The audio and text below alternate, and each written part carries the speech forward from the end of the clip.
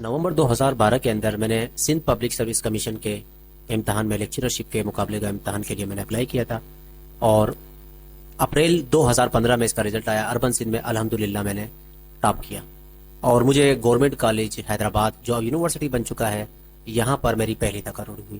19 جنوری 2016 کو میں یہاں پر بحیثیت لیکچرر تعینات ہوا،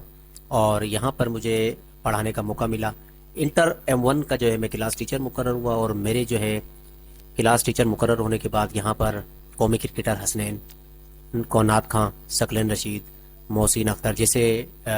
بچے یہاں سے پڑھ کر نکلے، اور پھر اس دوران میں مختلف غیر نصابی سرگرمیوں میں بھی میرا تعاون جاری رہا، قلمی تعاون جاری رہا۔ میں مختلف اخبارات میں، رسائل میں لکھتا رہا۔ درس و تدریس سے وابستگی کے سبب ہی میں نے ساتھ ساتھ یہاں پر گورنمنٹ کالج حیدرآباد کے اندر پبلک ریلیشن آفیسر خدمات انجام دینا شروع کی، اور گورنمنٹ کالج کی پروجیکشن کے حوالے سے بڑا کام کیا۔ گورنمنٹ کالج میں تعیناتی ہی کے دوران میں اس وقت مجھے جو ہے ہم 100 سال مکمل ہو رہے تھے گورنمنٹ کالج حیدرآباد کو، اور ایک حیدرآباد کے اندر ایک لہر چل رہی تھی گورنمنٹ کالج حیدرآباد کے حوالے سے کہ اسے یونیورسٹی کا درجہ دیا جائے۔ پورے حیدرآباد کے اندر ایک ماحول یہ بنا تھا کہ حیدرآباد میں کم از کم ایک جنرل یونیورسٹی ضرور ہونا چاہیے۔ گورنمنٹ کالج حیدرآباد کے اساتذہ، طلباء اور دیگر لوگوں کا ایک مطالبہ یہ بھی تھا کہ گورنمنٹ کالج حیدرآباد کو چونکہ 2017 کے اندر پورے 100 سال مکمل ہو رہے ہیں، لہٰذا اسے یونیورسٹی کا درجہ دیا جائے۔ اس مہم میں ہم نے بڑھ چڑھ کر حصہ لیا، کیمپ لگائے، لوگوں کو کنونس کیا، اس کی افادیت سے آگاہ کیا، اور ہم نے لسانی تقسیم سے قطع نظر اس کو خالص ایک علمی مطالبے کی صورت میں پیش کیا کہ اس سے سب کا فائدہ ہے، تمام قومیتوں کا، تمام یعنی کہ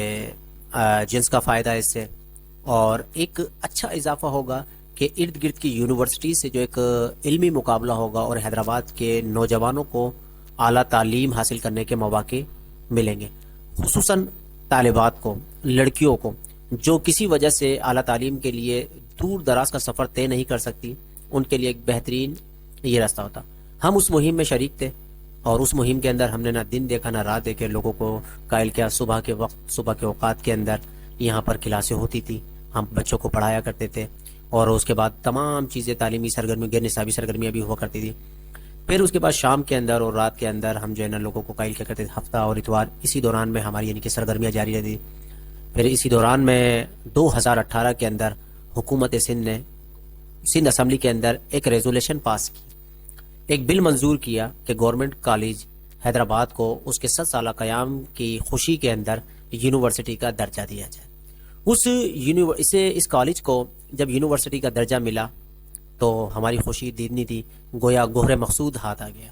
اب اگلا مرحلہ کلاسز کا آغاز تھا۔ پھر یہاں پر ہم نے جو سلسلہ شروع کیا، ابتدا کے اندر 8 ڈپارٹمنٹ قائم کیے گورنمنٹ کالج یونیورسٹی کے اندر، اس میں شعبہ اردو نہیں تھا، اور یہ جب شعبہ اردو نہیں تھا تو اس کے لیے ہم نے ایک کوششیں کی۔ تو ہماری جو ہے وائس چانسلر پروفیسر ڈاکٹر طیبہ ظریف صاحبہ نے 2023 کے اندر شعبہ اردو کے قیام کا اعلان کیا، اور گورنمنٹ کالج کے جب اساتذہ کو ایک آپشن ملا تھا، ایک اختیار ملا تھا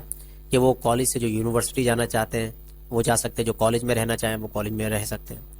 اس آپشن کو دیگر اساتذہ نے اختیار نہیں کیا، البتہ میں نے اختیار کیا، اور میں واحد استاد تھا جو کالج سے یونیورسٹی جس کی خدمات منتقل ہوئی۔ یوں مجھے شعبہ اردو کے قیام کے ساتھ اس ذمہ داری پر فائز کیا گیا۔ یہ ذمہ داری مجھے ملنا تھی کہ میں نے اس پہ ہوم ورک کیا۔ بورڈ آف اسٹڈیز ہم نے جو ہے وائس چانسلر پروفیسر ڈاکٹر طیبہ ظریف، جن کا میں انتہائی ممنون بھی ہوں، مشکور بھی ہوں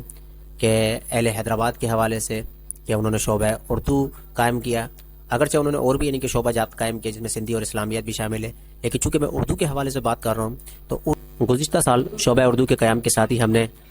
شعبہ اردو میں داخلوں کے لیے اعلان کیا۔ تو پہلے مرحلے کے اندر ہم نے BS اردو یعنی جو ماسٹر کے برابر ہے، یعنی 16 سالہ تعلیم، 4 سالہ BS پروگرام 16 سالہ تعلیم کے برابر ہے، تو اس کے لیے داخلوں کا آغاز کیا۔ تو ان سال